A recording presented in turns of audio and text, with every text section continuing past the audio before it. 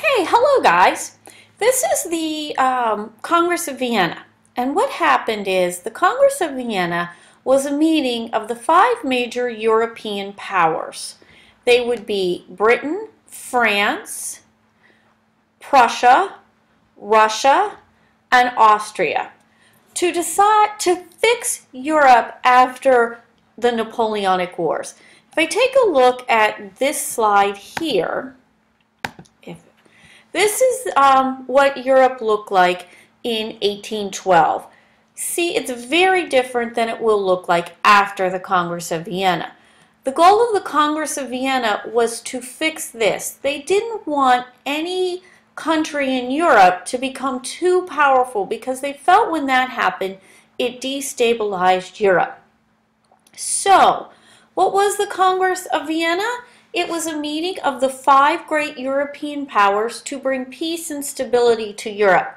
One of the goals was to stop a major war from happening in Europe again. And the way they wanted that is they wanted no country to dominate Europe. Who are the major players in the Congress of Vienna? Well, if we go to the homework slide that I showed you in class today, if you see, this is Prince Clemens von Metternich. He is from Austria, and he is going to run the Congress of Vienna. Notice his title is Prince, and notice all the accoutrements that come with him. This is going to be a very conservative group. They are going to be against the ideas of the French Revolution and the Enlightenment. The five great powers that attend are Austria, with Prince Metternich supporting absolute monarchy. Prussia, which will bring absolute monarchy. Austria is ruled by an absolute monarchy. Prussia is ruled by an absolute monarchy. Alexander I, the Tsar, will be the only European leader to be present at the Congress of Vienna. He will be absolute monarchy. Great Britain, which is a constitutional monarch, will be present. And France, because after Napoleon, we learned that after Napoleon, the powers restored the monarchy to France, but remember, they could not make it an absolute. And these five great powers are going to be very important because they're going to come to dominate Europe until World War I. Prussia, we know, will become modern Germany today. So, these powers have to fix Europe. And what the idea is, the way that they are going to bring peace is through legitimacy, balance of power, and compensation. Legitimacy. What they wanted here was they believed a legitimate government was the correct government. They are going to be supporting what they see as correct government. They are going to be people who are anti-democratic. They don't believe in democracy. They believe in monarch. Balance of power, prevent one country from becoming too powerful, and compensation, make France pay. But at the same time, while we're going to make France pay, folks, we're not going to hurt them too bad. In a way, this is kind of a lesson that they probably should have kept in mind when they do the Treaty of Versailles later on. But we'll talk about that when we get to World War I. So, legitimacy. What they see as correct government. And as you see from here, absolute monarchy is the only correct form of government. They do not believe in elections. Now, in France, of course, you're not going to be able to have an absolute monarchy, but they are going to restore the monarchy. They are going to go and they are going to bring those royal families back. Remember, Napoleon put his brothers and sisters in power. Well, guess what?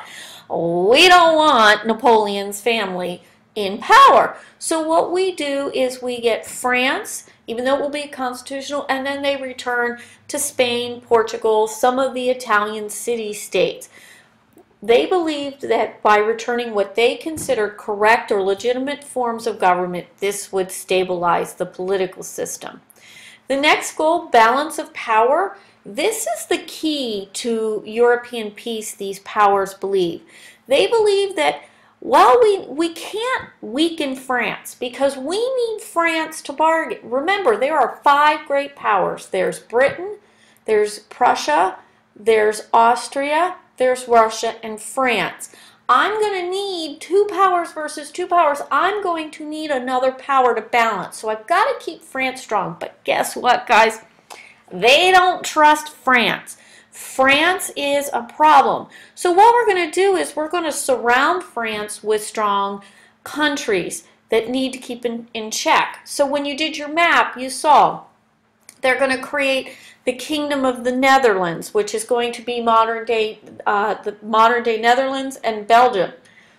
They're going to take all those little German city-states and they're going to put them into a confederation controlled by Austria so that they would begin to work together. And that way, if France acted up, boom, we can get an army there. You'll notice on the map, if we look at the map here, we'll see the Netherlands, strong border. We've put Prussia right next to France, this little part, and then this German Confederation, so we can move troops if we need to. And then the five great powers agree to meet to maintain, to combat revolution and keep these agreements that they were made. Last part, compensation. Britain will get the Cape of Good Hope in Africa. We'll talk about that more a little bit later. Russia will want all of Poland. It will only get half of Poland because we have to remember we don't want to make Russia too strong. Prussia will get half of Saxony and the Kingdom of Sardinia will get Genoa.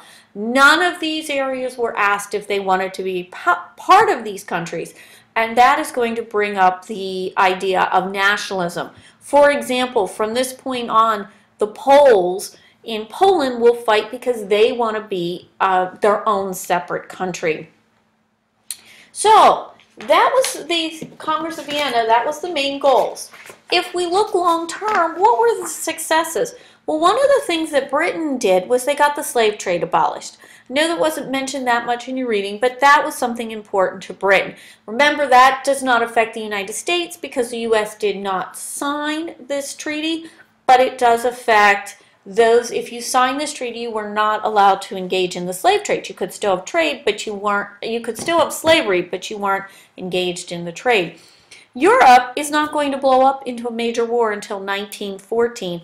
And because Napoleon was weakened the Latin American governments, our next unit is going to be the Latin American revolutions.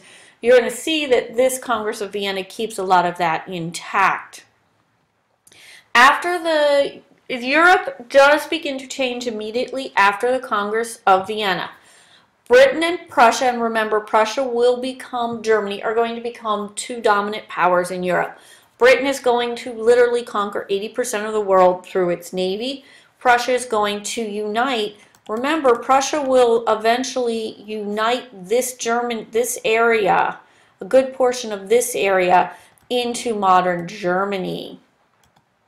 You're also going to get Europe's leadership swinging towards conservatism, moving away from the ideas of the French Revolution, not wanting the Enlightenment ideas, moving more to strict monarchy, absolute monarchy. At the same time, people are going to be, we're going to see Italy form, we're going to see Germany form, nationalism, this idea that my ethnic background is more important than my religion, than my class. We're going to become united through our same culture, same beliefs. Also, while the governments are moving more conservative, the people are going to beginning to demand more democracy, and you will see those break out. And the British Navy will keep Britain strong and control the seas into World War I. Three alliances that were formed to keep the peace during the as a result of the Congress of Vienna was the Holy Alliance, which was Russia, Prussia, and Austria. This was formed by Alexander I. It was an alliance of absolute monarchs. The Quadruple Alliance, the first four members are Great Britain, Russia, Prussia, Austria. France will join later after they have been seen to be trustworthy. And they're going to enforce the decisions of the Congress of Vienna.